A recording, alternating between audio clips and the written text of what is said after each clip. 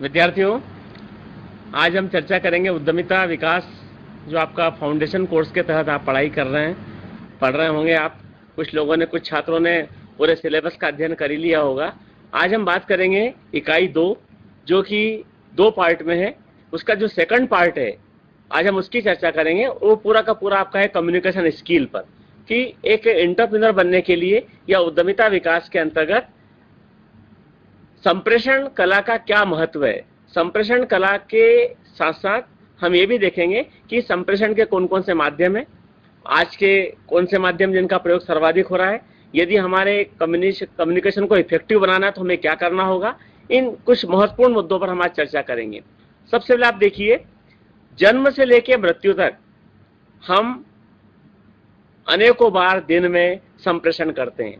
यदि किसी दिन हमारा संप्रेषण न हो तो हमें लगता है कि आज हमने कुछ नहीं किया। मतलब हमारी शुरुआत ही दिन की संप्रेषण से होती है। देखेंगे, जब बच्चा जन्म लेता है तो निश्चित रूप से 1-2 वर्ष तक वो बोलता नहीं है, किंतु उसकी बॉडी लैंग्वेज, उसके जो हावभाव है शारीरिक, उससे परिवार के अन्य लोग समझ जाते हैं कि वो क्या चाहता है। जब हम कुछ ज्ञान अर्जित कर लेते हैं, बोलना सीख जाते हैं, जब स्कूल कॉलेज में आते हैं तो निश्चित रूप से हमारा कम्युनिकेशन और बेहतर होना शुरू हो जाता है। तो ज्ञान के साथ साथ क्या होता है, संप्रेषण कला हमारी आगे बढ़ती जाती है। अब प्रश्न यहाँ उठता है कि संप्रेषण कला का इंपॉर्टेंस व्यवसाय में किस रूप में है। तो सबसे पहले आप देखिए किथ डेविस ने क्या कहा है। संप्रेषण व्यवसाय के लिए उसी तरह आवश्यक है जिस प्रकार मानव जीवन के लिए जीवन रक्त का प्रवाह आवश्यक है। अब आप देखिए, बड़ा महत्वपूर्ण कोटेशन है। इस कोटेशन में बहुत कुछ छिपा हुआ है संप्रेषण का इंपॉर्टेंस, कि अगर एक मानव के जीवन में आप देखिए ब्लड का क्या स्थान है। यदि ब्लड में कोई प्रॉब्लम आ जाए, अगर ब्लड प्रेशर लो होने लग जाए, हाई होने लग जाए, तो अनेक प्रकार की बीमारियों से एक व्यक्ति जकड़ जाता है। ठीक वही स्थिति हमारी व्यवसाय में होती है। यदि व्यवसाय में प्रॉपर संप्रेषण नहीं है तो जो स्थिति एक रक्त की खराबी की वजह से, ब्लड प्रेशर लो या हाई होने की वजह से एक व्यक्ति की होती है, वही स्थिति उस व्यवसाय, उस उद्योग की हो जाती है जहां पर संप्रेषण नहीं है। तो आप गौर करें कि ये चीज व्यवसाय में कितनी इंपॉर्टेंस रखती है। मैं आप ही से पूछना चाहता हूं कि हम दिन प्रतिदिन अनेक व्यक्तियों से मुलाकात करते हैं, कई लोगों से हम मिलते हैं, पर हमें कुछ लोगों से रोज रोज मिलना, या अगर वो 4-6 घंटे अगर उनसे मुलाकात न हो, 2-4 दिन यदि उनसे मुलाकात न हो, तो हमें लगता है कि हम आपसे मिले कई दिन हो गए। अब इसके कई कारण हो सकते हैं, पर एक जो सबसे महत्वपूर्ण कारण ये हो सकता है उसमें कि उस व्यक्ति की जो संप्रेषण कला है, उसका जो बात करने की जो स्टाइल है, वो इतनी अट्रैक्टिव है कि यदि वो 1 दिन 2 दिन यदि हमसे मुलाकात नहीं करता है तो निश्चित रूप से हमें लगता है कि हम कई दिनों से आपसे मुलाकात नहीं की। तो आप समझ रहे होंगे कि संप्रेषण का महत्व कितना है। और किसी ने एक शब्द और भी कहा है, बड़ी अच्छी चीज कही है, कि यदि आपके यहाँ पर फैन लगा हुआ है, एसी लगा हुआ है, टीवी लगा हुआ है, किंतु बिजली का कनेक्शन भी आपके यहाँ है, किंतु पावर सप्लाई यदि आपके यहाँ पर नहीं है, तो ना आपका टीवी काम करेगा, ना आपकी लाइट काम करेगी, कोई भी संयंत्र जो हमारा बिजली चलने वाला एक भी आपका काम नहीं कर सकता। वही चीज आपकी व्यवसाय में, यदि व्यवसाय में संप्रेषण नहीं है तो हमारे पास चाहे रॉ मटेरियल पर्याप्त मात्रा में हो, चाहे मशीन हमारे पास मॉडर्न टेक्नोलॉजी की हो, हमारे पास लेबर पर्याप्त मात्रा में हो, स्किल्ड लेबर हमारे पास हो, सब कुछ हमारे पास है, किंतु यदि कम्युनिकेशन यदि प्रॉपर नहीं है तो जो स्थिति लाइट न होने के कारण उन सारे संसाधनों की होती है, वह स्थिति एक व्यवसाय में सभी प्रकार के संसाधनों से हो जाती है। तो हमें इस चीज को देखना है कि संप्रेषण कितना महत्वपूर्ण है आज के इस समय में। और चूंकि आपने पढ़ा होगा, लिबरलाइजेशन का जमाना है, एलपीजी का जमाना है, और एलपीजी के इस जमाने में अब पूरा विश्व एक ही छत के नीचे आ गया है। अब स्थिति ये कि किसी भी देश की वस्तु कहीं भी बिकना शुरू हो जाती है, क्योंकि जब से हमारा WTO आपने पढ़ा होगा कि जब से हम पूरा विश्व को हमने इस प्रकार से जोड़ने की कोशिश की इसके माध्यम से, तब से क्या हुआ है कि संप्रेषण का महत्व और बढ़ चुका है। तो निश्चित रूप से संप्रेषण का कला का महत्व केवल व्यवसाय के लिए नहीं है, आपकी पर्सनल लाइफ हो, चाहे आपकी सोशल लाइफ हो, चाहे आपकी प्रोफेशनल लाइफ हो, सभी प्रकार की लाइफ में कम्युनिकेशन का इंपॉर्टेंस है। तो हम इसको, इस विषय को, इस टॉपिक को केवल इसलिए ना पढ़ें कि ये केवल उद्यमिता विषय में पढ़ाया जा रहा है इसलिए हम पढ़ रहे हैं। निश्चित रूप से ये जो आपका संप्रेषण कला है, ये आपकी लाइफ स्किल में भी काम आएगा। यदि आपने इन सारी चीजों को समझ लिया, जान लिया, और यदि आपने अपनी कम्युनिकेशन स्किल को इम्प्रूव कर लिया, तो निश्चित रूप से आप अपने करियर में 4 चांद लगा सकते हैं। पहली चीज, अब देखिए संप्रेषण के बारे में क्या है। संप्रेषण एक कला है, और जो इस कला में निपुण होता है वो अत्यंत ही प्रभावशाली और सफल व्यक्ति होता है। बिल्कुल फैक्ट है, यदि किसी व्यक्ति का संप्रेषण कला यदि उसमें है और संप्रेषण कला को बड़ा अट्रैक्टिव तरीके से वो प्रस्तुत करता है, उसका प्रेजेंटेशन का तरीका बहुत अच्छा है, तो हमें उस व्यक्ति की पहचान इसलिए हो जाती है कि यह व्यक्ति बहुत अच्छे से संप्रेषण करने की क्षमता रखता है। तो संप्रेषण कला वह कला है जिसमें जो व्यक्ति इसका जानकार है, जो व्यक्ति इसमें निपुण है, वो निश्चित रूप से एक सफल व्यक्ति माना जा सकता है। मैं आप ही से कहना चाहता हूं, यदि आप अभी बीकॉम फर्स्ट ईयर में, जब आप बीकॉम फाइनल करने के बाद जब आप जॉब के लिए जाएंगे, तो निश्चित रूप से आपको वहां पर अपना रेज्यूम CV आप बनाएंगे, जो हमारा रिटर्न कम्युनिकेशन रहेगा, आगे हम उसकी चर्चा करेंगे। अब इसके बाद वहां पर आपका इंटरव्यू होगा। इंटरव्यू में भी क्या होता है, संप्रेषण कला को ही देखा जाता है कि आप किसी भी चीज के किस प्रश्न का उत्तर आप किस प्रकार से देते हैं। यदि आपने प्रभावपूर्ण तरीके से, इफेक्टिव तरीके से यदि प्रश्नों का उत्तर दिए, तो आप स्वयं समझते हैं कि हमें जॉब मिलने की संभावना हमारे लिए बढ़ जाती है। यदि हम किसी प्रश्न का उत्तर देने में हम उत्तर नहीं दे पाते हैं, हमें कॉन्फिडेंस नहीं है, बहुत सारी चीजें हमारी हो जाती है। जब ये चीजें होगी तो निश्चित रूप से आपको अपने करियर में आगे बढ़ने से आपको रोकेगी। तो आपको संप्रेषण कला का महत्व इसलिए भी जानना और समझना है। अगली बात कही गई है कि आज सही समय पर सही तरीके से सही बात की अभिव्यक्ति ही एक व्यक्ति की सफलता का परिचय है। मतलब आप जो भी बोल रहे हैं वो किस समय बोल रहे हैं, टाइम का इंपॉर्टेंस है, आप किस तरीके से बोल रहे हैं वो इंपॉर्टेंट है, और आपका पूरा कंटेंट जो आपका मटेरियल है वो क्या है, आप किस रूप में उसको सर्व कर रहे हैं। ये तीनों चीजें निश्चित रूप से एक उस व्यक्ति के लिए बड़ी सफलता का परिचय होती है जो इन चीजों को कम्युनिकेट करता है। तो कम्युनिकेशन में बात का भी इंपॉर्टेंस है, मतलब मैसेज का भी इंपॉर्टेंस है, समय का भी इंपॉर्टेंस है, और आप किस मीडियम से, किस माध्यम से उसको व्यक्त करते हैं, ये तीनों चीजें बड़ी महत्व रखती है संप्रेषण के दौरान। अब देखिए, एक शब्द और कहा गया कि संदेश वाहन उन सब क्रियाओं का योग है जिनको एक व्यक्ति अपने विचारधारा को दूसरे व्यक्ति के मस्तिष्क में पहुंचाने के लिए या उसे समझाने के लिए अपनाता है। इसके अंतर्गत कहने, सुनने तथा समझाने की व्यवस्थित एवं निरंतर क्रियाओं का समावेश होता है। जैसे आज मेरा और आपका कम्युनिकेशन हो रहा है, ये क्या है कि मैं जो कुछ एंटरप्रेन्योरशिप के इस टॉपिक के अंतर्गत जो कुछ आपको देना चाहता हूं, जो सिलेबस के अंतर्गत दिया हुआ है, चाहे वो परीक्षा के दृष्टिकोण से इंपॉर्टेंट हो या आपकी लाइफ स्किल के लिए इंपॉर्टेंट हो, तो मैं जो कुछ इसके बारे में सोचता हूं, जो कुछ मैं इसके बारे में जानता हूं, वो मैं आपके मस्तिष्क में पहुंचाने के लिए ये कम्युनिकेशन आप कर रहा हूं। तो निश्चित रूप से कम्युनिकेशन के अंतर्गत कहना भी, आप सुनेंगे नहीं, जैसे अगर मैं बोल रहा हूं और आप सुनेंगे नहीं और आप उसको समझेंगे नहीं, तो इससे कम्युनिकेशन का कोई मतलब नहीं होता। और यही नहीं, कम्युनिकेशन सतत रूप से चलना चाहिए, निरंतर चलने वाली प्रक्रिया है। ऐसा नहीं कि आज हमने कम्युनिकेशन कर लिया और 1 घंटे बाद हम कम्युनिकेशन को बंद कर दे, कि आज हमने इस टॉपिक पर चर्चा कर ली, आगे हमें इस पर चर्चा नहीं करना है।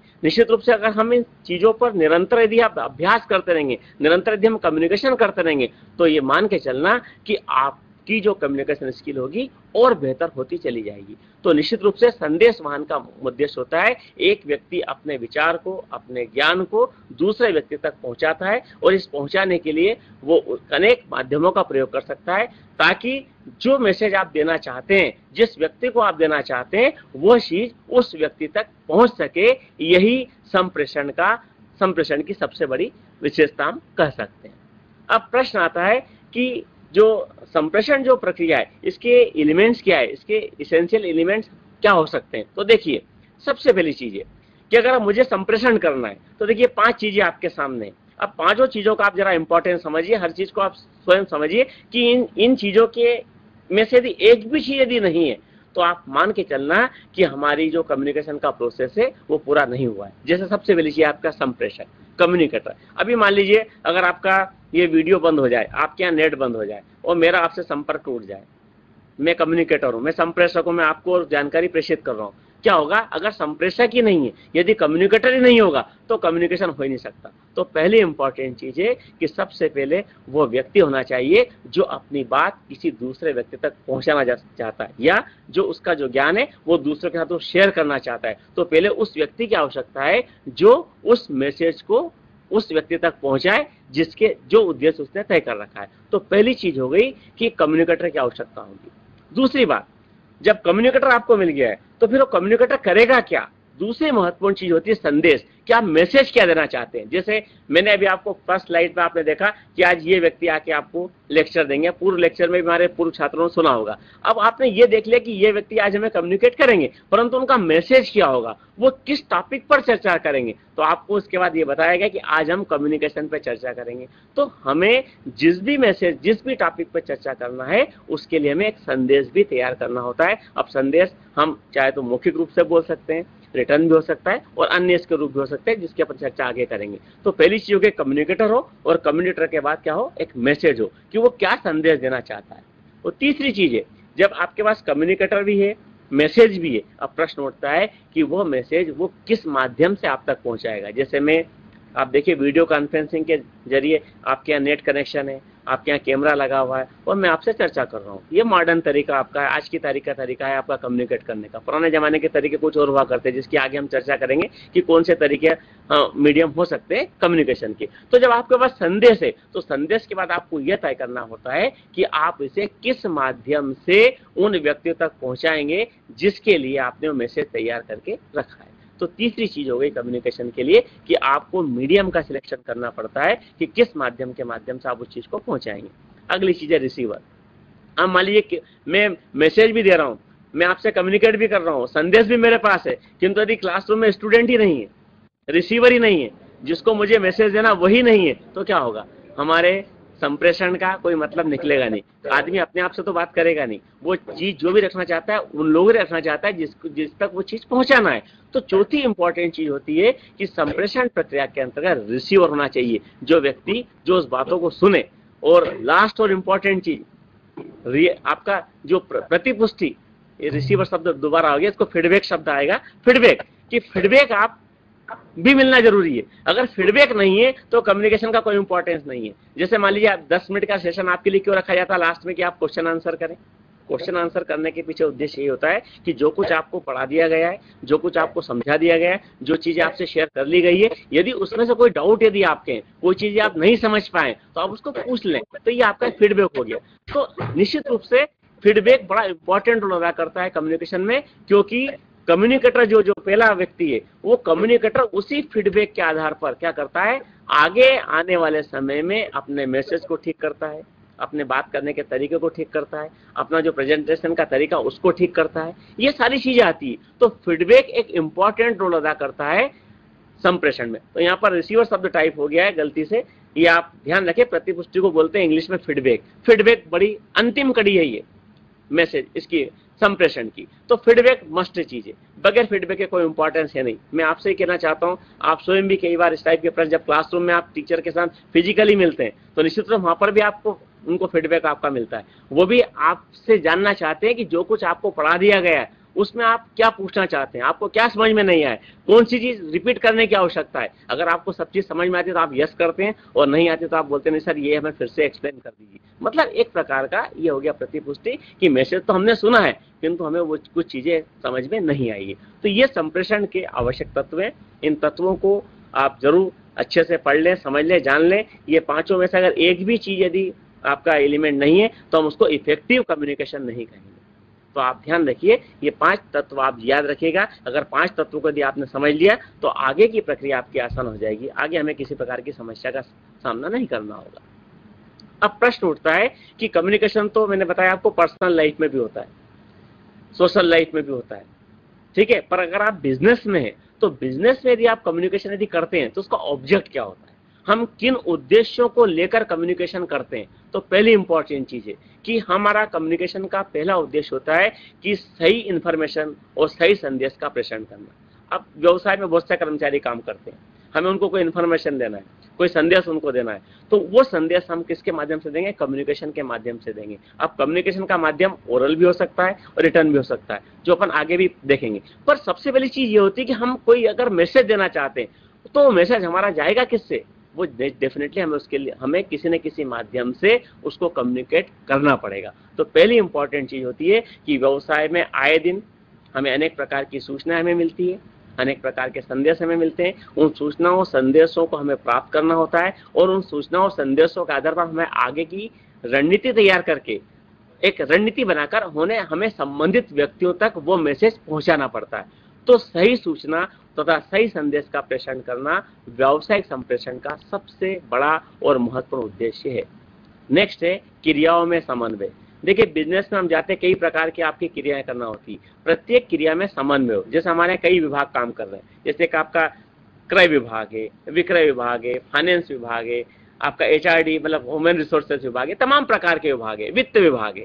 इन सारी की क्रियाओं में हमें समन्वय स्थापित करना होता है, और जब तक हम समन्वय स्थापित नहीं करेंगे तब तक जो हमने लक्ष्य तय कर रखा हमारे बिजनेस का वो हम प्राप्त नहीं कर सकते। तो यदि हम चाहते हैं कि हमारी सारी क्रियाओं में कोऑर्डिनेशन बना रहे, तो कोऑर्डिनेशन के लिए हमें निरंतर लगातार क्या करना पड़ता है, संप्रेषण करना ही पड़ता है।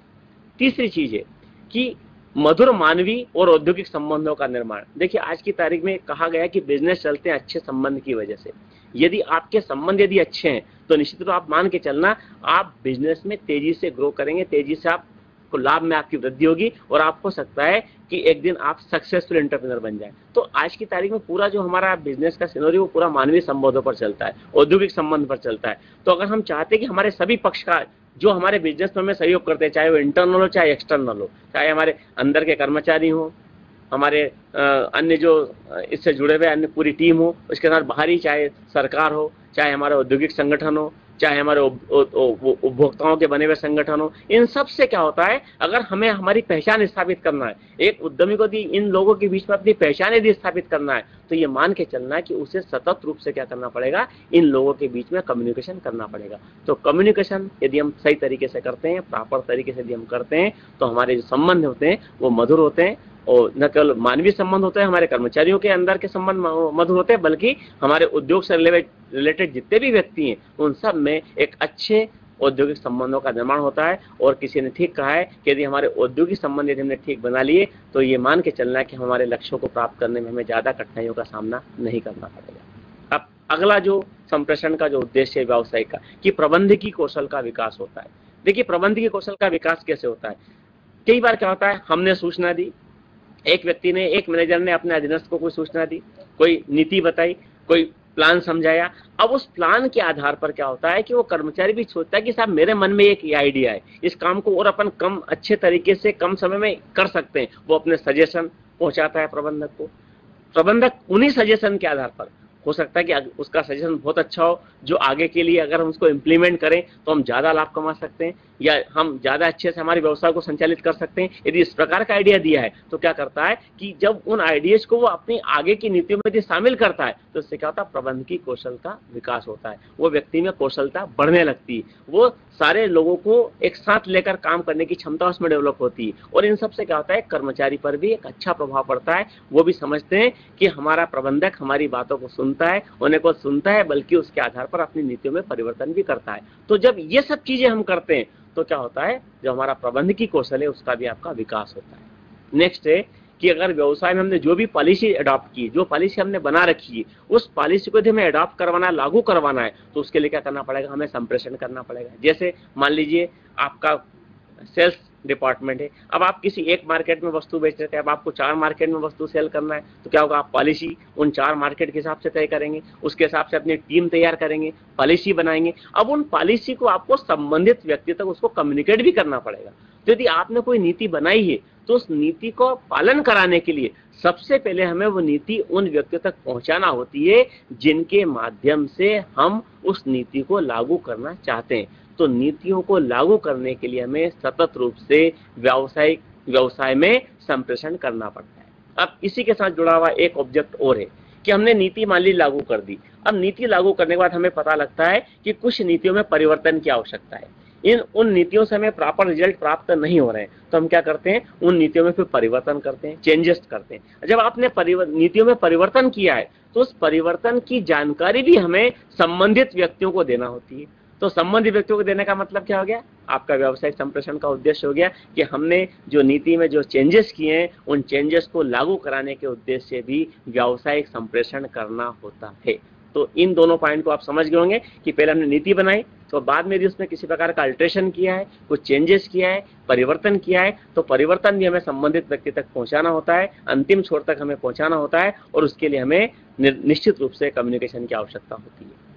नेक्स्ट है शीघ्र निर्णय तथा उनका क्रियान्वयन, यदि हम किसी भी चीज पर तत्काल कोई डिसीजन चाहते हैं, अब मान लीजिए आपके एक संस्था में 5 विभाग है, पांचों विभाग से हमने तत्काल कोई जानकारी मांगी कि सर हम तत्काल अगले साल के लिए प्लान बना रहे हैं, तत्काल आप हमें अपनी जानकारी बना के भेजिए, या आपका पिछले साल का क्या एक्सपीरियंस रहा है, उस एक्सपीरियंस के आधार पर आगे की तत्काल हमें नीति बनाइए, ताकि हम नेक्स्ट ईयर के लिए प्लान कर सके, निर्णय कर सके और उसका हम क्रियान्वयन कर सके। तो यदि हमें कोई निर्णय करना है, शीघ्र निर्णय करना है और तत्कालिक उसका क्रियान्वयन यदि हमें करना है, तो क्रियान्वयन करने का मतलब ये हो गया कि अगर निर्णय हो चुका है तो निर्णय को हमें संबंधित व्यक्ति तक पहुंचाना है। जब निर्णय होने के बाद उसे हमें क्रियान्वयन करना पड़ेगा, तो उसके पहले हमें संबंधित व्यक्तियों तक वो बात पहुंचाना होगी। तो यदि आप शीघ्र निर्णय चाहते हैं, उसका तत्काल क्रियान्वयन चाहते हैं व्यवसाय में, तो आपको संप्रेषण निश्चित रूप से करना पड़ेगा। और लास्ट और इम्पोर्टेंट चीजें, अच्छे सुझाव और विचार प्राप्ति का आधार।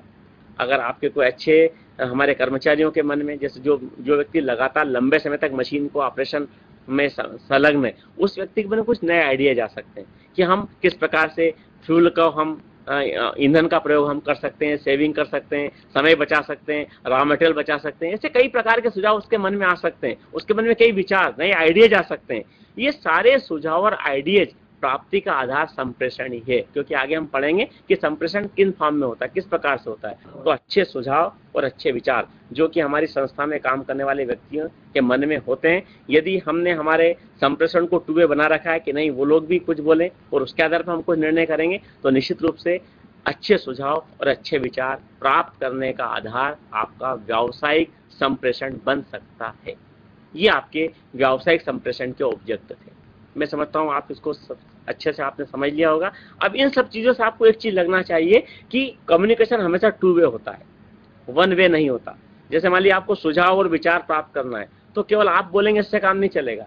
जिसको आपने नीतियां बताई हैं, समझाई है, प्लान बताया है, वही आपको सुझाव देगा। तो हमेशा ध्यान रखें कि कम्युनिकेशन वही इफेक्टिव हो सकता है जो टू वे हो। देखो आपका भी कम्युनिकेशन मेरे साथ टू वे क्यों है, क्योंकि टू वे कम्युनिकेशन से पता लगता है कि आप किस चीज को समझे, कोई चीज आपको समझ में नहीं आई है, वही चीज आपकी बिजनेस में होती है। तो ये कम्युनिकेशन आपका टू वे होना चाहिए। और दूसरी इंपॉर्टेंट चीज, कम्युनिकेशन लगातार होना चाहिए, कंटिन्यूएशन में। अगर आप आज करें 2 घंटे 4 घंटे 2 साल 1 महीने 2 महीने संपर्क नहीं करें कर्मचारी से, अपना काम चलने वाला नहीं है। सतत रूप से हमें कम्युनिकेशन करना ही पड़ेगा। तो कम्युनिकेशन सतत चलने वाली प्रक्रिया है और कम्युनिकेशन टू वे होना चाहिए। यदि इन चीजों को हमने हमारे व्यवसाय में यदि शामिल कर लिया, तो आप मान के चलना कि हम जो ऑब्जेक्ट हमारा है व्यवसाय का, उसको हम प्राप्त कर सकते हैं। अब बारी आती है कि हमारा कम्युनिकेशन कितने प्रकार का होता है। आपके सिलेबस में है, देखो हम यहाँ चर्चा केवल सिलेबस के हिसाब से कर रहे हैं। छात्र जरा ध्यान दें, इधर आपकी अटेंडेंस हो जाएगी, उस पर आप ध्यान न दें। चूंकि आप कॉमर्स के छात्र हैं, आप सेकंड सेम में आपको क्या है, कम्युनिकेशन सब्जेक्ट का अलग से भी पढ़ना है। यहाँ पर हम केवल शार्ट में पढ़ेंगे कि कम्युनिकेशन का इंपॉर्टेंस क्या है बिजनेस के लिए। जब आप नेक्स्ट सेशन में, नेक्स्ट सेमेस्टर में कम्युनिकेशन एक विस्तृत रूप से पढ़ेंगे, जब हम विस्तृत रूप से पढ़ेंगे तो आपको उसका मतलब समझ में आएगा कि वास्तव में संप्रेषण कितना इंपॉर्टेंट है आज की तारीख में। अब आती है कि संप्रेषण कितने प्रकार का होगा। तो देखिए, पहला होगा आपका वर्बल कम्युनिकेशन। वर्बल और नॉन वर्बल 2 प्रकार के होते हैं। पहला होता है आपका शाब्दिक संप्रेषण। शाब्दिक संप्रेषण में हम बोलेंगे, इसको 2 रूप है इसके, एक आपका ओरल है, मौखिक है, और दूसरा आपका लिखित संप्रेषण है। मैं आपसे बात कर रहा हूँ, ओरल कम्युनिकेशन आपके सामने हो ही रहा है। जब हम कोई चीज आपको राइटिंग में दे दें, जैसे आप जब परीक्षा में जाते हैं, जब क्वेश्चन पेपर आपके हाथ में होता है, तो आपको वहाँ पे कम्युनिकेशन बोल के नहीं करना है, ओरली नहीं करना है, आप राइटिंग में प्रश्नों का उत्तर लिख के देते हैं। वो भी एक प्रकार का राइटिंग कम्युनिकेशन हो गया कि जो हम चाहते हैं, परीक्षक जो चाहता है, आपने उस परीक्षक के प्रश्नों का उत्तर किस रूप में दिया, किस प्रकार से दिया, वो आपका लिखित संप्रेषण हो गया। तो देखिए इधर परिभाषा दे रखी है, अगर लेफ्ट हैंड पे आप जाएंगे, मानव की सबसे बड़ी विशेषता है उसकी शाब्दिक भाषा है। यही कारण है कि प्राणियों में मानव को श्रेष्ठतम स्थान प्राप्त है, क्योंकि अन्य प्राणी केवल ध्वनि और इशारे पर आश्रित हैं। अगर हम किसी अन्य प्राणी की अगर बात करें तो वो क्या करते हैं, इशारे और ध्वनि से समझते हैं। पर एक मानव एक ऐसा व्यक्ति जिसके पास एक खजाना होता है शब्दों का, वो शब्दों के माध्यम से अच्छे तरीके से संप्रेषण कर सकता है। वो उसके मन में जो विचार है, जो आइडियाज हैं, उनको अच्छी तरीके से एक्सप्लेन कर सकता है। ये काम केवल और केवल व्यक्ति में होता है। तो शाब्दिक संप्रेषण हम शब्दों के माध्यम से संप्रेषण करने में निश्चित रूप से प्रारंभिक से, बचपन से ही जब हम समझने लगे, शब्दों को समझ लगे, तब से हम इस चीज में पारंगत है कि हम अच्छा कम्युनिकेशन करते ही हैं। तो कम्युनिकेशन का मतलब ये हो गया कि परिवार में, समाज में, देश में, जहां भी हमें जिससे भी कनेक्टेड है, हर बार हमें संप्रेषण तो करना ही पड़ता है। कम्युनिकेशन हमारा निरंतर बना ही रहता है। तो शाब्दिक संप्रेषण के दो रूप हैं, पहला है आपका ओरल कम्युनिकेशन और दूसरा आपका रिटर्न कम्युनिकेशन। शायद आपने इन चीजों को नोट कर लिया होगा, बड़ी आसान चीज है, बहुत आसान इस प्रश्न का उत्तर है, आप समझ जाएंगे मौखिक संप्रेषण होता है क्या है। शब्दों के माध्यम से हम जिस चीज को व्यक्त करें वह आपका मौखिक संप्रेषण हो गया। देखिए, मौखिक संप्रेषण की परिभाषा है, जब कोई सूचना एवं संवाद मौखिक उच्चारण कर प्रेषित की जाए तो इसे मौखिक संप्रेषण कहते हैं। और हम क्या करते हैं, जब आप क्लासरूम में मिलते हैं आपस में स्टूडेंट, एक दूसरे से चर्चा करते हैं, ये कौन सा संप्रेषण? आपका मौखिक संप्रेषण है। अगर आपको किसी चीज का नॉलेज है, आपने कोई टॉपिक पढ़ रहा है, उस पर डिस्कशन हो रहा है, आपने अपने मित्रों के साथ उसको शेयर कर लिया, ये क्या हो गया? आपका मौखिक संप्रेषण हो गया। और दूसरा है लिखित संप्रेषण, जब हम संदेश को लिखित रूप में प्रेषित करते हैं तो लिखित संप्रेषण है। जैसे आपके किसी मित्र ने कहा कि मुझे इस प्रश्न में यह प्रॉब्लम आ रही है, मुझे एसएमएस करके बताया कि इसका आंसर, इसको किस प्रकार से हल करना है, तो आपने क्या किया? एसएमएस टाइप किया और अपने मित्र को मैसेज कर दिया, ठीक है, ये आपने मेल कर दिया, आपने राइटिंग में पेज बनाया, उसकी जो प्रॉब्लम थी और आपने उसको मेल कर दिया, ये आपका लिखित संप्रेषण हो गया। अब बात करते हैं अपन व्यवसाय में।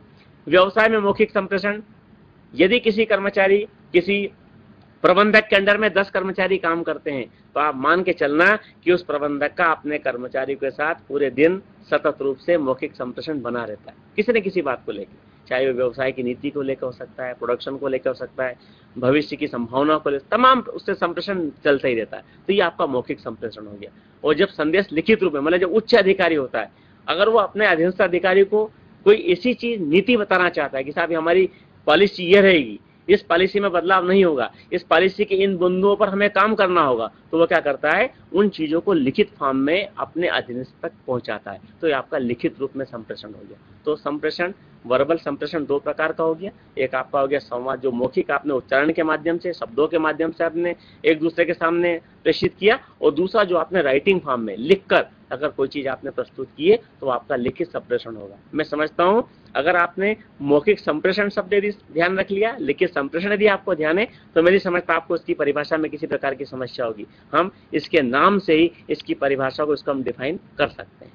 अब आती है मौखिक संप्रेषण। जब हम करते हैं तो हमें इसमें मौखिक संप्रेषण के क्या मेरिट्स हो सकते हैं, क्या गुण हो सकते हैं, कि मेरिट संप्रेषण करने में कौन कौन से एडवांटेज बोल लीजिए, कौन कौन से इसमें मेरिट्स होते हैं, गुण कौन से होते हैं। सबसे पहली बात है शीघ्रतम माध्यम।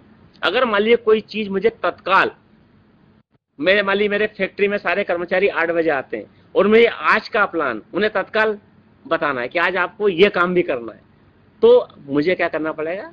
शीघ्रतम अगर कोई माध्यम यदि हो सकता है तो आपका ओरल संप्रेषण हो सकता है। मैं तत्काल उनके बीच में जाकर उनको बता सकता हूं कि आज हमें ये काम करना है, आज हमें इस काम पर फोकस करना है, आज हमें इस काम को प्रायोरिटी देना है। ये बड़ा शीघ्रतम माध्यम हो गया। और मैं इसको लिखूंगा, राइटिंग में दूंगा, तब तक पता चला मुझे 1 घंटे बाद वो जानकारी चाहिए, हमने राइटिंग टाइप किया, पत्र टाइप किया, उसको मेल किया, मेल नहीं मिला, बहुत सारी समस्या हो सकती है। तो अगर मुझे शीघ्रतम कोई चीज को किसी के सामने पहुंचाना है तो मुझे मौखिक संप्रेषण को अपनाना पड़ता है। मौखिक संप्रेषण में एक चीज प्रभावपूर्ण होता है। अगर प्रभावपूर्ण का मतलब, अगर आप पीछे जाएंगे, कम्युनिकेटर पर निर्भर करता है ये कि कम्युनिकेटर उसको किस रूप में प्रस्तुत करता है। यदि उसका जो प्रेजेंटेशन स्किल है अगर वो इफेक्टिव है तो क्या होगा? ये मान के चलना कि मौखिक संप्रेषण सबसे ज्यादा प्रभावशाली होता है। और आप स्वयं भी देखते होंगे, कुछ लोगों की बात मैंने आपको स्टार्टिंग में बताया था कि कुछ लोग ऐसे होते हैं जिनसे हम लगातार मिलने की हमारी इच्छा होती है कि ये अगर इनसे अगर मिलेंगे तो आनंद आएगा, बात बड़े अच्छे से कर, मतलब उनका जो बातचीत करने की शैली है, जो मौखिक तरीके से जो शब्दों का प्रयोग करते हैं वो बड़े अट्रैक्टिव तरीके से करते हैं। तो मौखिक संप्रेषण की दूसरी विशेषता है कि यह प्रभावपूर्ण हो सकता है, पर प्रभावपूर्ण होने के लिए शर्त यही है कि ये निर्भर करेगा कम्युनिकेटर पर, ये कम्युनिकेटर उसे किस प्रकार से लोगों को अभिप्रेरित कर, लोगों को कम्युनिकेट करता है, ये उस पर निर्भर करेगा। तीसरी बात है, जब हम ओरल कम्युनिकेशन करते हैं तो हमें तत्काल फीडबैक भी मिल जाता है। तत्काल फीडबैक, जैसे मैंने आपसे कोई बात की, मैं आपसे आधे घंटे चर्चा कर रहा हूँ, क्लासरूम में मैं आपसे चर्चा कर रहा हूँ, क्लास में आपके सर आपसे चर्चा करते हैं, तत्काल उनको फीडबैक मिल जाता है। और रिटर्न में होगा, रिटर्न में ये चीज नहीं होती, जो इसके गुण है डेफिनेटली हो सकता है कि उसके दोष हो। अब वहां पे तत्काल प्रतिपुष्टि प्राप्त नहीं होगी क्योंकि पत्र पढ़ेगा, ये करेगा, उसका जवाब तैयार करेगा, समय लगेगा।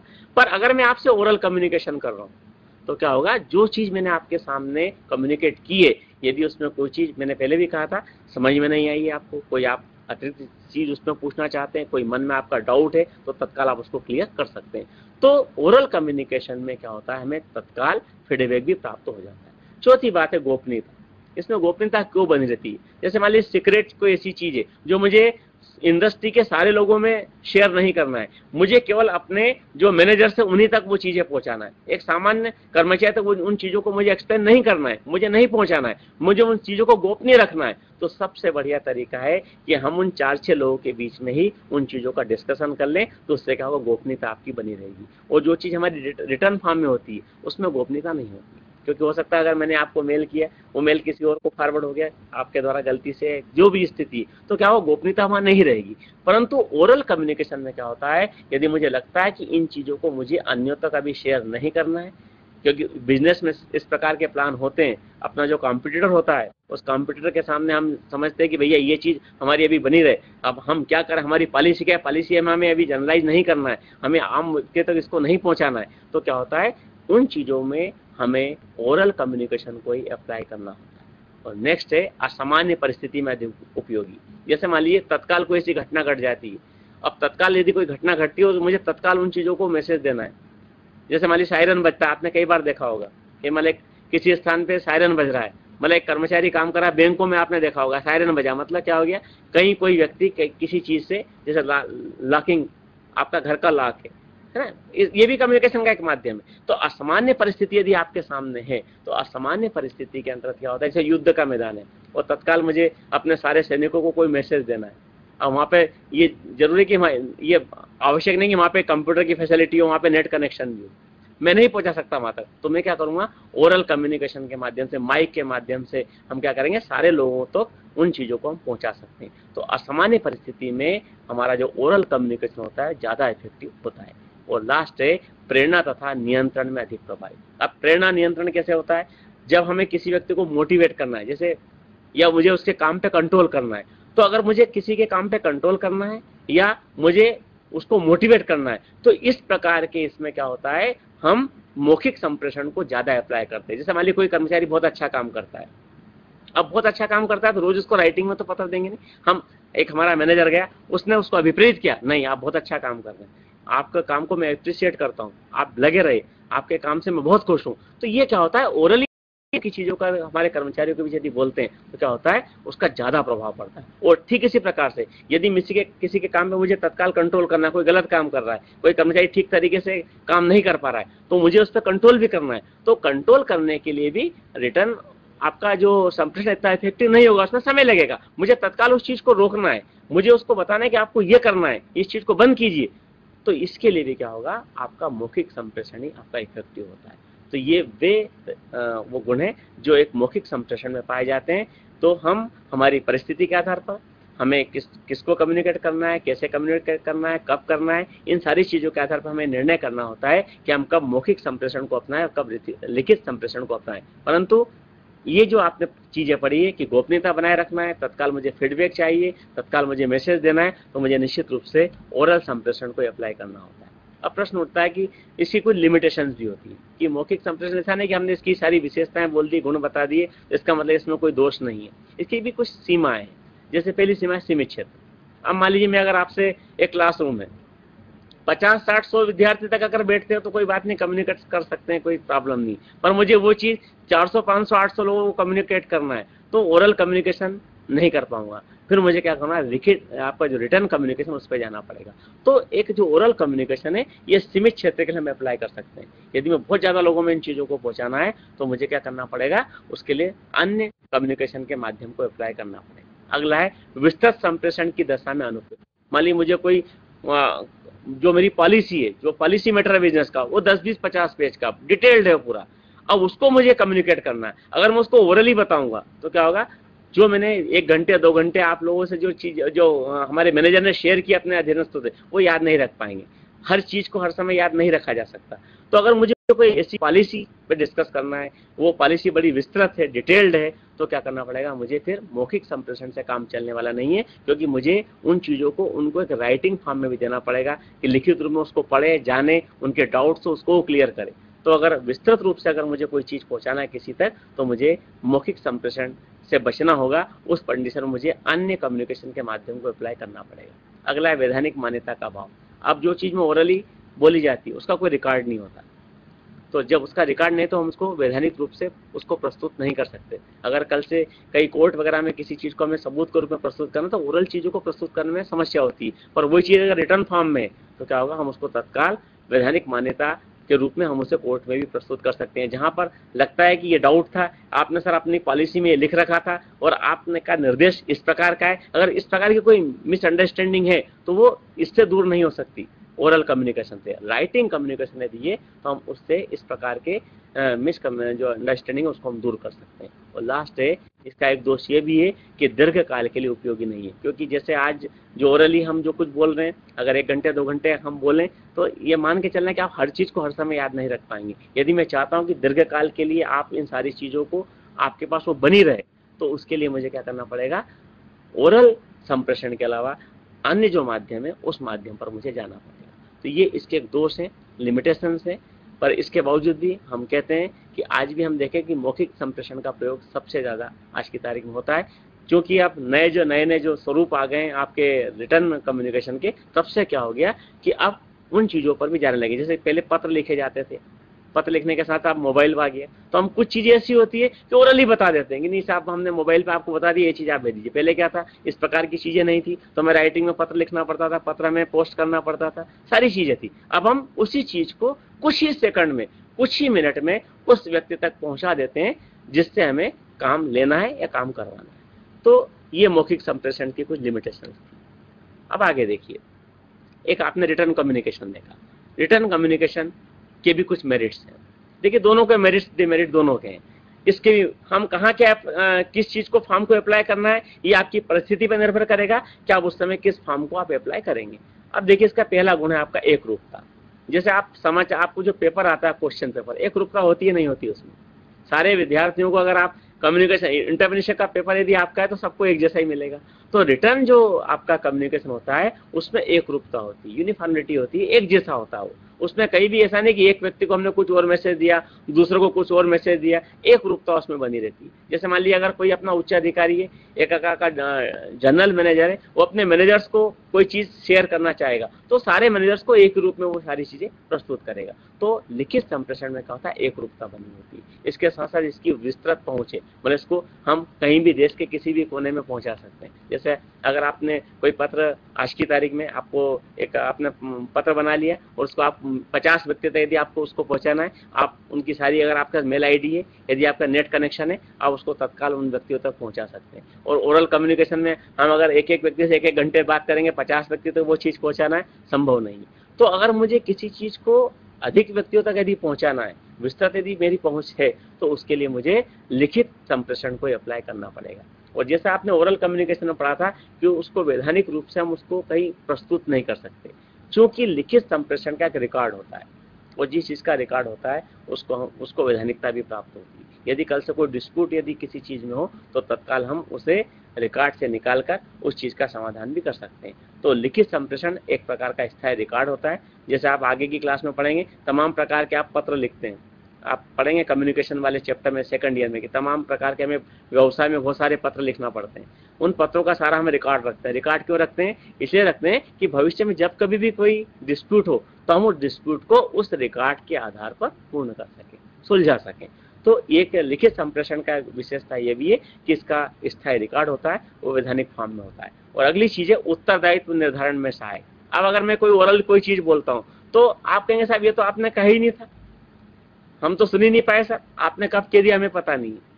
परंतु लिखित संप्रेषण में क्या होता है कि जब हम राइटिंग में कोई चीज दे रहे हैं और उसमें ये लिख दिया गया है कि ये आपकी ड्यूटी है कि आपको ये काम पूरा करना है, ये आपके अंडर में काम करने वाले कर्मचारी से ये काम आपको लेना है, निर्धारित समय में आपको करवाना है, मतलब क्या हो गया, रिस्पॉन्सिबिलिटी आपकी तय होती है। तो उत्तरदायित्व के निर्धारण में भी क्या होता है, लिखित संप्रेषण सहायक होता है। और अंतिम बात है क्रियान्वयन में सुविधा।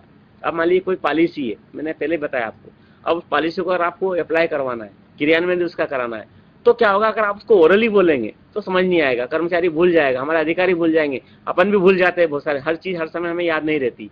परंतु यदि वो राइटिंग लिखित फॉर्म में यदि है तो क्या होगा, व्यक्ति उनको पढ़कर उसको स्टडी करके उसका प्रॉपर तरीके से क्रियान्वयन कर सकता है। मान लीजिए कोई चीज भूल गया कि ये चीज मुझे ध्यान नहीं है, वो क्या करेगा, लिखित फॉर्म में यदि पॉलिसी उसके पास होगी तो उसको पढ़ लेगा और पढ़ने के बाद उसका क्रियान्वयन सुनिश्चित कर लेगा। और यदि वो चीज यदि ओरल फॉर्म में थी, अब वो संबंधित व्यक्ति ने कब कहा था, कैसे कहा था, उस व्यक्ति तक जाना पड़ेगा, उससे संपर्क करना पड़ेगा, तब जाके आप समझ पाएंगे कि उन्होंने कहा क्या था। परंतु रिटर्न कम्युनिकेशन में होता है कि हमारे पास उस चीज का रिकॉर्ड है, हमारे पास हमने वो चीज व्यवस्थित रख रखी है, तो क्या होगा, हम उन चीजों को आसानी से क्रियान्वित कर सकते हैं। तो क्रियान्वयन में भी सुविधा इससे होती है।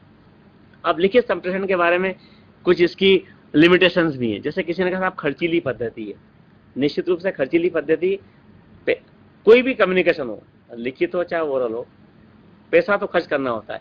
खर्चीली पद्धति पहले हुआ करती थी। पहले क्या था, हमने एक पत्र बनाया, पत्र को डाक से प्रेषित करेंगे, अगर हमने उसको रजिस्टर डाक से भेजा तो उसका हमें पैसा लगेगा, तमाम प्रकार की चीज थी। पर आज ऐसे मॉडर्न टेक्नोलॉजी आपकी आ चुकी है जिनके माध्यम से हम कम पैसे में भी लिखित संप्रेषण कर सकते हैं, जिसका एग्जांपल आपका नेट, इंटरनेट वगैरह है। उसके माध्यम वो कनेक्शन यदि हमारे पास है, वो इंस्ट्रूमेंट यदि हमारे पास है, तो हम उसको कम्युनिकेट कर सकते हैं। परंतु फिर उसकी लिमिटेशन हो गई कि अगर मुझे इन सारी चीजों को यदि अप्लाई करना है तो मुझे पैसा खर्च करना पड़ेगा, मुझे कंप्यूटर लेना पड़ेगा, नेट कनेक्शन लेना पड़ेगा, तब जाके ही मैं क्या कर सकता हूँ, इस प्रकार का संप्रेषण कर सकता हूँ। ये पद्धति खर्चीली है। दूसरी बात है, इसमें समय अधिक लगता है। अभी अत्यधिक समय की बात इसलिए कही जाती थी कि पहले हम हर चीज पत्र बना के और डाक से पोस्ट करते थे, समय ज्यादा लगता था। परंतु यदि आपके पास मॉडर्न टेक्नोलॉजी यदि उपलब्ध है, यदि संप्रेषण के आधुनिक तरीके यदि उपलब्ध हैं, तो क्या हो सकता है, हम कम समय में इसका संप्रेषण कर सकते हैं। परंतु चूंकि ये पद्धति खर्चीली है, अभी बताया कंप्यूटर नेट कनेक्शन यदि आपके पास नहीं है, आपके पास ये कोई सुविधा नहीं है, तो डेफिनेटली आपको भी पत्रों के माध्यम से ही पत्र व्यवहार करना पड़ेगा, पोस्ट से ही आप करेंगे, समय ज्यादा लगेगा। तो अगर आपके पास फैसिलिटी है तो आप कम समय में काम कर लेंगे, और वो फैसिलिटी यदि आपके पास नहीं है तो हमें वही पुराने तरीकों से, वही पत्राचार के माध्यम से, पोस्ट के माध्यम से क्या करना पड़ेगा, हमें संप्रेषण करना पड़ेगा। तो इसमें समय लग सकता है। तीसरी चीज गोपनीयता नहीं। ये बात आपने ओरल में देखी होगी। ओरल कम्युनिकेशन में क्या कहा, हमें 4 लोगों से हमने कोई चर्चा की और वो पॉलिसी मैटर था, 4 के अलावा हम उसकी चर्चा नहीं करेंगे। परंतु इसमें लिखित संप्रेषण में गोपनीयता नहीं होती, क्योंकि हमने सबको एक साथ भेजा है। अब वो पेपर से आपका फाइल में लगा हुआ है, वो फाइल हो सकता है कि जिस व्यक्ति तक नहीं पहुंचना चाहिए उस व्यक्ति तक भी वो फाइल पहुंच गई, उसने भी उस चीज का अध्ययन कर लिया। तो इसमें क्या होता है, लिखित संप्रेषण में गोपनीयता नहीं रहती। और लास्ट है व्याख्या की कठिनाई। मान लीजिए मैंने 10 पेज का मैसेज आपको, एक ये संप्रेषण का 10 पेज का एक पूरा ब्रीफ बना के आपको बच्चों को डिस्ट्रीब्यूट कर दिया, विद्यार्थियों को, लो पढ़ लीजिए इसको और इससे आपका काम हो जाएगा। अब पता चला कुछ चीजें ऐसी थी जो आपकी समझ में नहीं आ रही है, अब आप क्या करेंगे, आपको मैंने राइटिंग में दे दिया, समझ में नहीं आ रहा आपको। अब इससे क्या होगा, जब ओरल कम्युनिकेशन होता है तो अगर कोई चीज आपको समझ में नहीं आई तो तत्काल आप फीडबैक देंगे, किस तरह में ये चीज क्लियर कर दीजिए। पर जब मैंने राइटिंग में कोई चीज दी है तो मैं फिर उसका राइटिंग में पत्र लिखूंगा, सर मुझे इस चीज की व्याख्या कीजिए, वो उस व्याख्या का जवाब भेजेंगे, फिर देखिए ऊपर वाली बात आ जाएगी, समय लगेगा। तो इसमें क्या होता है, लिखित संप्रेषण में किसी भी चीज को एक्सप्लेन करने में कठिनाई हो सकती है। कोई चीज समझ में नहीं आई हो, उसके आशय को समझने में भी समस्या हो सकती है। तो लिखित संप्रेषण की कुछ लिमिटेशंस भी, परंतु इसका मतलब ये नहीं है कि लिमिटेशन है तो हमें अप्लाई नहीं करना है। देखिए संप्रेषण तो करना पड़ेगा, चाहे आप रिटर्न कम्युनिकेशन को अप्लाई करें, चाहे आप ओरल को करें। बिजनेस में या कोई भी आपका रूटीन की लाइफ में हमें इन चीजों को हम झुठला नहीं सकते, इन चीजों के बगैर हम आज की तारीख में जीवित नहीं रह सकते। तो संप्रेषण का महत्व तो है ही है। अब ये तय करना होगा हमारे ऑब्जेक्ट के आधार पर कि हमें किस प्रकार के संप्रेषण को अप्लाई करना है। अब आती है आपकी बारी नॉन वर्बल कम्युनिकेशन। ये अशाब्दिक संप्रेषण क्या होता है? देखिए, जब संदेश शब्दों के अतिरिक्त चिन्हों, संकेतों या साइन जो आपके होते हैं उनके द्वारा संप्रेषित किया जाए तो उसको हम अशाब्दिक संप्रेषण कहते हैं। मतलब आपने देखा, परिभाषा पे गौर कीजिएगा, चिन्हों के माध्यम से, संकेतों के माध्यम से, सूचित चिन्हों के माध्यम से यदि हम संप्रेषण करते हैं तो आपका अशाब्दिक संप्रेषण कहलाता है। और आप जब आप कॉलेज से, घर से कॉलेज आए होंगे और कॉलेज में आपने जितने घंटे आपने व्यतीत किया होगा, कहीं ना कहीं आपका नॉन वर्बल कम्युनिकेशन आपके साथ जुड़ा रहा होगा किसी न किसी रूप में। देखिए आगे हम उस पर देखेंगे किस प्रकार से होगा। अब देखिए, अब अशाब्दिक संप्रेषण कितने प्रकार से होता है। एक होता है दृश्य संकेत भाषा, विजुअल साइन लैंग्वेज। जब आप घर से निकले, आप गाड़ी से थे, आपके सिग्नल लगे हुए हैं, जैसे आपने गाड़ी आगे बढ़ाई, रेड सिग्नल जलने लगा, आप रुक गए। अब सिग्नल जला और आप रुके, रेड सिग्नल जला, आपका लाल बत्ती जली और आपने गाड़ी रोक दी। कौन सा संप्रेषण हुआ ये आपका नॉन वर्बल संप्रेषण है। क्यों? इसमें किसी ने आपको कहा नहीं रोक दीजिए गाड़ी, वो आपको इंडिकेशन, उससे साइंस आपको देख लिया आपने और आप रुक गए। मतलब क्या हो गया? आपका कौन सा संकेत हो गया? दृश्य संकेत हो गया। ठीक इसी प्रकार से और चीज मैं आपको एक चीज और बताना चाहता हूं। हमने कहा बुरा मत देखो, बुरा मत सुनो, बुरा मत कहो, ये 3 शब्द आपने पढ़े। ये किसके शब्द है ये भी आप जानते हैं, है ना।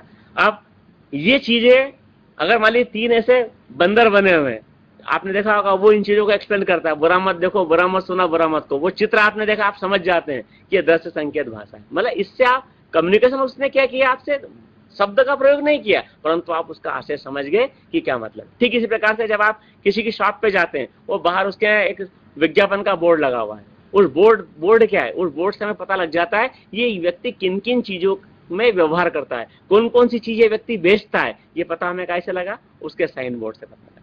तो ये वे चीजें हैं, दृश्य संकेत भाषा वो चीजें जिससे शब्द न होते हुए भी कोई ना कोई कम्युनिकेशन हमारे और उसके बीच में हो ही जाता है। ये आपका हो गया विजुअल साइन लैंग्वेज। दूसरा आपका श्रव्य, मतलब जिसमें हमें आवाज भी आती हो, मतलब जिसमें केवल संकेत ही नहीं हो, संकेत के साथ साथ आवाज भी आती हो, उसको अपन बोलते हैं श्रव्य संकेत भाषा। जैसे अगर अभी आपके कॉलेज में पीरियड बज जाए, जोर से घंटी लग जाए, अब आपके यहाँ घंटी बजी, इसका मतलब क्या हो गया? क्लास खत्म हो गई। 8 बजे आपका समय कॉलेज का है, आप 8 बजने के 2 मिनट पहले अगर कॉलेज के बाहर हैं और जैसे आप अंदर होते हैं घंटी बेल बजी, आप समझ जाते हैं कि भैया कॉलेज का समय हो गया है। पीरियड 40 मिनट का है, 40 मिनट के बाद जैसे ही सायरन बजा, समझ जाते हैं अगले पीरियड के लिए तैयार हो जाओ। तो ये क्या है? इसमें साउंड भी है। ठीक इसी प्रकार से और भी इसके श्रव्य संकेत तरीके, जैसे किसी ऑफिस में आप जाएंगे, अब एक ऑफिस में एक मैनेजर बैठा हुआ है और वो अपने किसी चतुर श्रेणी कर्मचारी को कॉल करना है उसको, तो वो उठ के बाहर नहीं जाएगा गेट खोल के भैया अंदर आ जाओ। वो क्या करेगा? कॉल बेल बजाएगा। कॉल बेल बजाए, जैसे बेल बजती है, जिस व्यक्ति को बुलाया है, जिसके लिए संकेत था, वो व्यक्ति अंदर आ जाता है। तो ये क्या हो गया? आपका श्रव्य संकेत भाषा हुई। इसमें हम क्या करते हैं?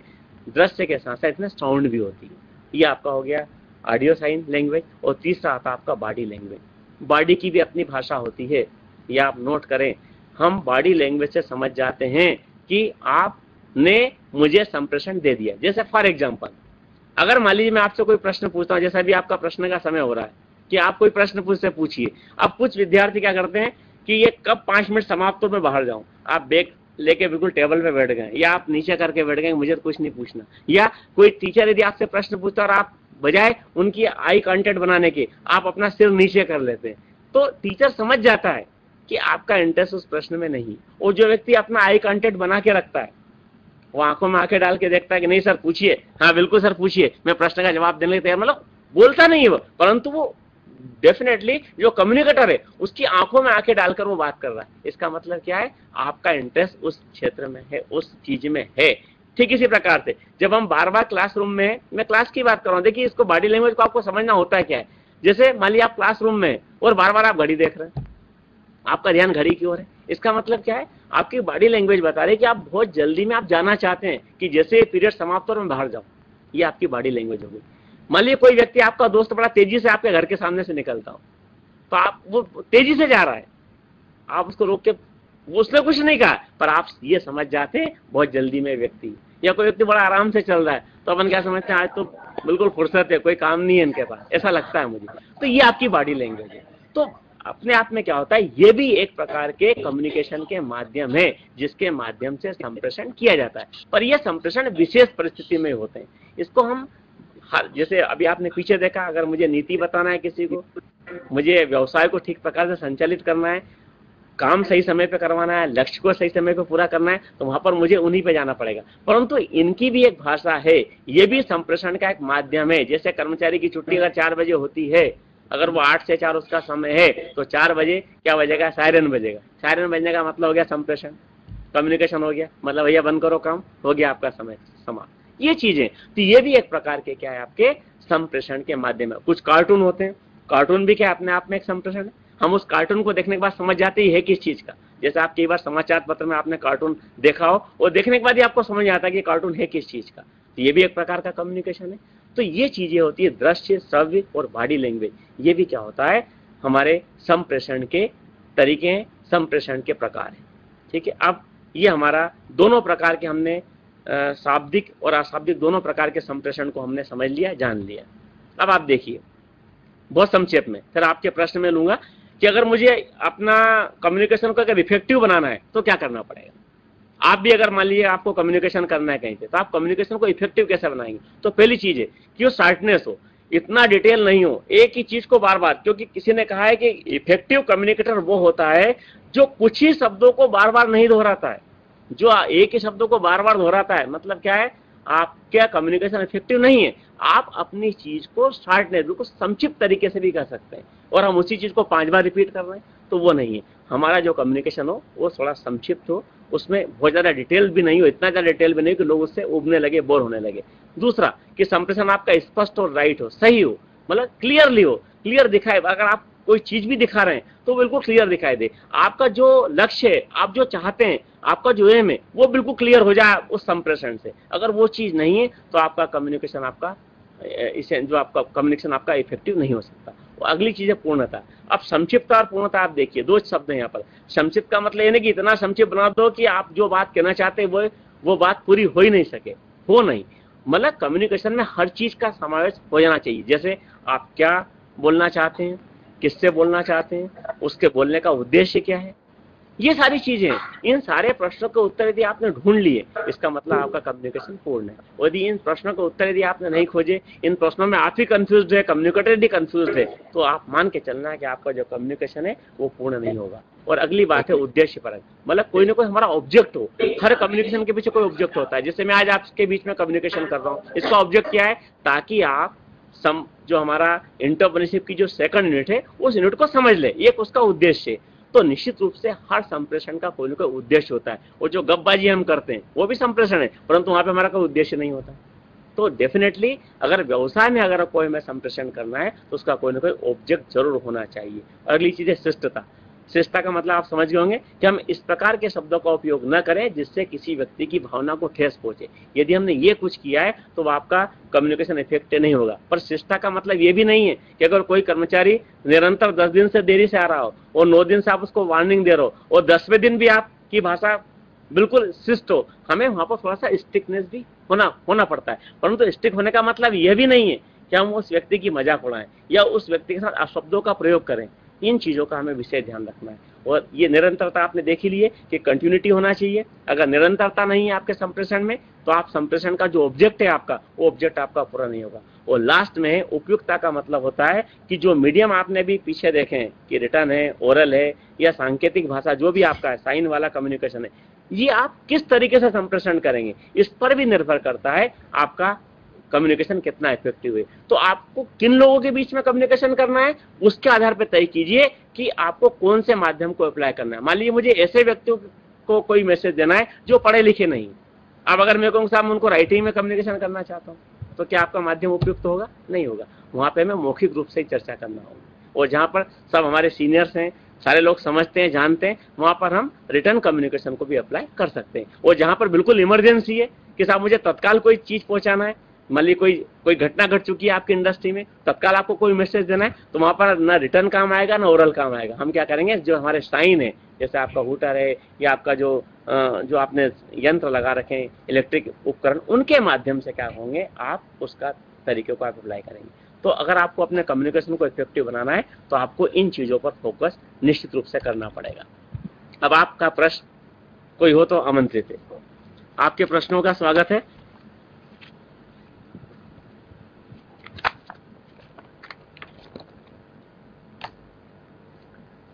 आपके प्रश्न, या फिर मैं पूछता हूं आपसे कोई प्रश्न, दो में से एक चीज होगी, क्योंकि टू वे कम्युनिकेशन में ये भी है कि आप नहीं पूछेंगे तो मैं फिर आपसे पूछूंगा कि मैं भी कुछ चीजों को समझ नहीं पाया जो मैंने बताया। कोई प्रश्न? Hamidia college Bhopal sir. कौन सा college? Hello, Hamidia college Bhopal. बोलिए। क्या व्यावसायिक संगठन में संप्रेषण का क्या महत्व है? क्या चीज? व्यावसायिक संगठन आपका प्रश्न स्पष्ट नहीं है, प्रश्न स्पष्ट कीजिए। संप्रेषण का क्या महत्व है? हाँ, आपको सबसे पहले मैंने बताया था व्यावसायिक किसी भी लाइफ हो आपकी, चाहे पर्सनल लाइफ हो, चाहे प्रोफेशनल लाइफ हो, चाहे आपकी बिजनेस लाइफ हो, हर चीज में कम्युनिकेशन का इंपॉर्टेंस है। मुझे एक चीज बताइए, आप क्या करवाना चाहते हैं? अगर आपने अपने अधीनस्थों को कम्युनिकेट ही नहीं किया तो आपको रिजल्ट कैसे मिलेंगे? मुझे एक चीज बताइए, आपने कोई पॉलिसी तय कर ली, उस पॉलिसी से आप रिजल्ट चाहते हैं, वो पॉलिसी आपने केवल बना के अपने पास रख ली, उसको आपने उन व्यक्तियों तक नहीं पहुंचाया जिनके माध्यम से आप अपने ऑब्जेक्ट को पूरा करना चाहते हैं। इसका मतलब आप समझ लीजिए कि अगर वो कम्युनिकेट यदि आपने नहीं किया तो आप अपने ऑब्जेक्ट को प्राप्त नहीं कर सकते। और एक चीज बता दूं, बिजनेस में हर पल कम्युनिकेशन करना पड़ता है, हर पल। मैं आपसे फिर बोल रहा हूं, हर पल का मतलब होता है जिस दिन आपके मन में एक उद्योग के लगाने की कल्पना आती है, उस दिन से लेकर व्यवसाय के संचालन तक आपको अनेक व्यक्तियों से लगातार कम्युनिकेशन करना पड़ता है। मैं आपसे पूछना चाहता हूं, अगर आपकी इंडस्ट्री है और आपको 1 क्विंटल कोई रॉ मटेरियल परचेस करना है, अब अगर आप 10 लोगों से अगर संपर्क नहीं करेंगे उसके लिए तो क्या होगा? आप बार्गेनिंग नहीं कर पाएंगे, आप कम रेट पे खरीद नहीं पाएंगे। और यदि आपने 10 लोगों से कम्युनिकेशन कर लिया है तो जो लोएस्ट कास्ट पे आपको सप्लाई करने के लिए तैयार होगा उसको आप ऑर्डर दे देंगे। ये कैसे संभव हुआ? कम्युनिकेशन। तो कम्युनिकेशन का इंपॉर्टेंस व्यवसाय में है। Next, Hamidia college Bhopal. हाँ, हमीदिया कॉलेज भोपाल सर। हाँ बोलिए बोलिए। Hello, Hamidia college Bhopal sir. हाँ बोलिए सर आप प्रश्न पूछिए। मेरा नाम कुलदीप सिंह राजपूत सर। सर मैं इंग्लिश मीडियम से हूँ सर, मुझे हिंदी में समझने में थोड़ी प्रॉब्लम होती है सर। हाँ, तो हमने कुछ चीजें आपको इंग्लिश में भी दे रखी थी इसमें, ठीक है जी? तो आप उनको देखो कि देखिए मैक्सिमम स्टूडेंट हमारे हिंदी समझने वाले हैं, इसलिए हम कुछ चीजों को इंग्लिश में भी लेके आते हैं, है ना? तो आप उसके पॉइंट्स जो मैंने आपको बताए थे, इस पॉइंट्स का मैंने हमारे क्लास में भी सर 30% इंग्लिश मीडियम के स्टूडेंट हैं। ठीक है, अब ये समस्या हम आपके यहाँ तक पहुँचा देंगे, ठीक है? इसके लिए अगली बार ध्यान रखेंगे, कुछ स्लाइड इस प्रकार की भी बनाएं जिससे आप भी कुछ जान सके, समझ सके, ठीक है? Okay sir, thank you. Okay. Hello hello sir, मान ला। हाँ सर, किसी भी बिजनेस को शुरू करने से पहले किस प्रकार की सावधानी और तैयारी करनी चाहिए? क्या चीज बोल रहे हैं, क्या पूछ रहे हैं, कहाँ से? सर मैं बड़वा से बोल रहा हूँ, बड़वा कॉलेज से BA फर्स्ट। हाँ भैया बोलिए, क्या प्रश्न है आपका? किसी भी बिजनेस को शुरू करने से पहले कौन सी सावधानी रखनी चाहिए और किस प्रकार की तैयारी करनी चाहिए? आज अपना टॉपिक कम्युनिकेशन है। आज अपना टॉपिक ये नहीं बिजनेस शुरू करने के लिए आपको क्या क्या करना है। अगले इसी इकाई में आप जब फर्स्ट पार्ट जब मैं आपको बताऊंगा नेक्स्ट टाइम पे, तो उसमें बताऊंगा कि आपको बिजनेस स्टार्ट कैसे करना है। आज हम बात कर रहे हैं केवल कम्युनिकेशन पर। आपका कोई प्रश्न कम्युनिकेशन बेस्ड हो तो वो पूछिए आज, क्योंकि मैं उन प्रश्नों का आपको उत्तर भी दूंगा पर समझ में नहीं आएगा आपको। जब हम वो टॉपिक पढ़ लेंगे तो आपको बताएंगे कि आपको क्या क्या सावधानियां रखना है। नेक्स्ट। Hello sir, Mandla. हाँ बोलिए बोलिए। Sir my name is Mandla. Ravi from RTPG College Mandla. हाँ, My question is sir marriage और ओरल कम्युनिकेशन में एक टॉपिक है असमान परिस्थितियों में अधिक उपयोगी। हाँ, सर उसको समझाइए सर। इसको एक्सप्लेन कर दे, ठीक है? असामान्य परिस्थिति जैसे अभी आप यहाँ पर बैठे हैं, ठीक है? और मान लीजिए तत्काल कोई आपको मैसेज देना है कि कल क्या चेंज हुआ है, कल का मान लीजिए टाइम टेबल आपका बदल गया है क्लास का कि सर कल लेक्चर इनके बजाय इनका होगा। अब ये अगर मुझे तत्काल अगर आप तक पहुंचाना तो मुझे क्या करना पड़ेगा? मैं राइटिंग में सारे विद्यार्थी घर तो वो चीज पहुंचा नहीं सकता, क्या करूंगा मैं? तत्काल आकर क्लास में उन चीजों को एक्सप्लेन कर दूंगा। तो क्या हो गया? अगर मैं उसके लिए रिटर्न का इंतजार करता तो हो सकता है कि सारे बच्चों तक वो चीज नहीं पहुंचे। तो मैंने क्या किया? तत्काल क्या किया? ओरल कम्युनिकेशन के माध्यम से कम्युनिकेट कर दिया कि आपको ये करना है। जैसे आपने कई बार देखा होगा किसी इंडस्ट्री में, मान लीजिए कोई व्यवसाय उद्योग, उसमें तत्काल कोई घटना घट जाती है आकस्मिक, मान लीजिए आग लग चुकी किसी घटना में, मशीन में आग लग गई या शॉर्ट सर्किट से आग लगी, क्या होगा? सारे कर्मचारियों को अलर्ट करना है। अब अलर्ट करने के लिए मेरे को साहब लाओ, मेल लाओ, कागज टाइप करो, वो सारे कर्मचारी तक पहुंचाओ। मुझे क्या करना पड़ेगा? तत्काल मैं सायरन बजाऊंगा, जो वार्निंग जो होगा वेल, और वेल बजाने का मतलब हम पहले समझा देते कि इसका मतलब ये होता है। कर्मचारी समझ जाएंगे कि आज कोई ना कोई ऐसी घटना घट चुकी है कि मुझे समय के पहले सायरन क्यों बजाया गया, तो वो अलर्ट हो जाते हैं। तो अगर आकस्मिक घटना के समय अगर मुझे तत्काल किसी चीज को कोई कम्युनिकेट करना है तो मुझे ओरल फॉर्म को ही अप्लाई करना पड़ता है। जैसे युद्ध का मैदान है, वहां पर क्या होगा? तत्काल मान लीजिए कोई अतिक्रमण होगा तो हम राइटिंग का इंतजार थोड़ी करेंगे, सीधा ओरल ही हम क्या करेंगे? हमारे जितने जवान है उनको तत्काल हम कम्युनिकेट करेंगे कि हमें अगला एक्शन ये लेना है। उसके लिए हम राइटिंग कम्युनिकेशन का इंतजार नहीं करेंगे। शायद आप मतलब समझ गए होंगे। ठीक है, थैंक यू वेरी मच। धन्यवाद आपको।